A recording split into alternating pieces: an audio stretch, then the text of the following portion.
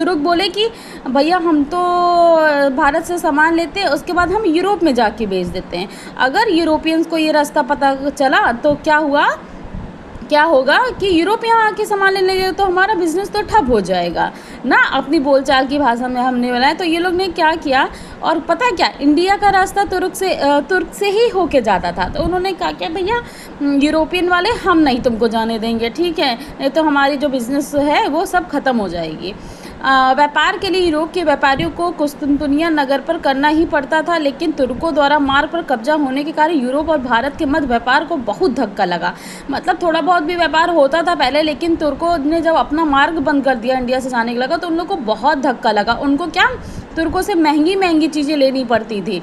तो समुद्री मार्ग की खोज, इसी मतलब क्यूरोसिटी में हम समुद्र मतलब कि यूरोपियन समुद्र मार्ग की खोज की, ठीक है, बाय सी से उनको थी कि कैसे जाएं भाई, क्योंकि हमें बड़ा महंगा पड़ रहा है तुर्कों से लेके। अब यूरोपियन शक्तियों ने व्यापार के लिए नए समुद्री मार्ग की खोज करना आरंभ कर दिया। इन जगहों की खोज मात्र संभावनाओं के आधार पर थी, इसलिए कुछ नाविकों ने यूरोप के उभरते राज्यों को महत्वाकांक्षी राजाओं रानियों को धर्म और ध्वज के सपने दिखाए।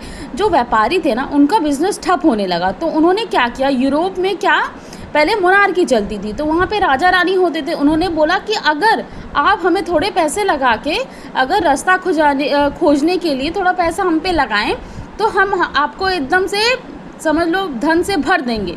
हमारा धन भी हमें मिलेगा और हम अपना जो धर्म है वहाँ जाके फैलाएंगे इंडिया में, और ध्वज अपना लहराएंगे। हो सकता है तो हम पूरा कब्जा ही कर लें वहाँ जाके। ये सपने दिखाए राजा रानियों को। तो राजा रानी तैयार भी हो गए कि हाँ चले जाओ, अगर तुम्हें रास्ता मिल जाता है तो तुम वहाँ पे अपना फैक्ट्री इस्टेब्लिश कर सकते हो, बना सकते हो।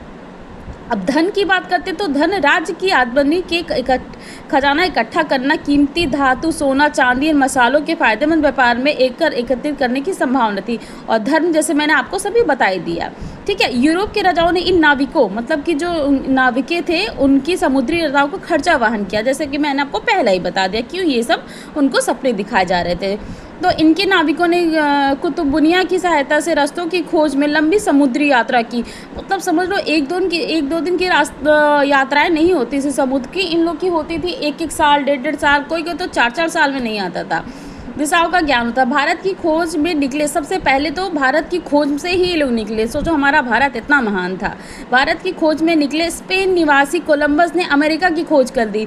अब बताओ, स्पेन निवासी कोलंबस थे, वो सोचे कि यही इंडिया है, जाके वहाँ अमेरिका में हो गया। तो कहे भाई ये अमेरिका है, इंडिया है, पता चला कि ये अमेरिका की। उनको लगा कि हम इंडिया की खोज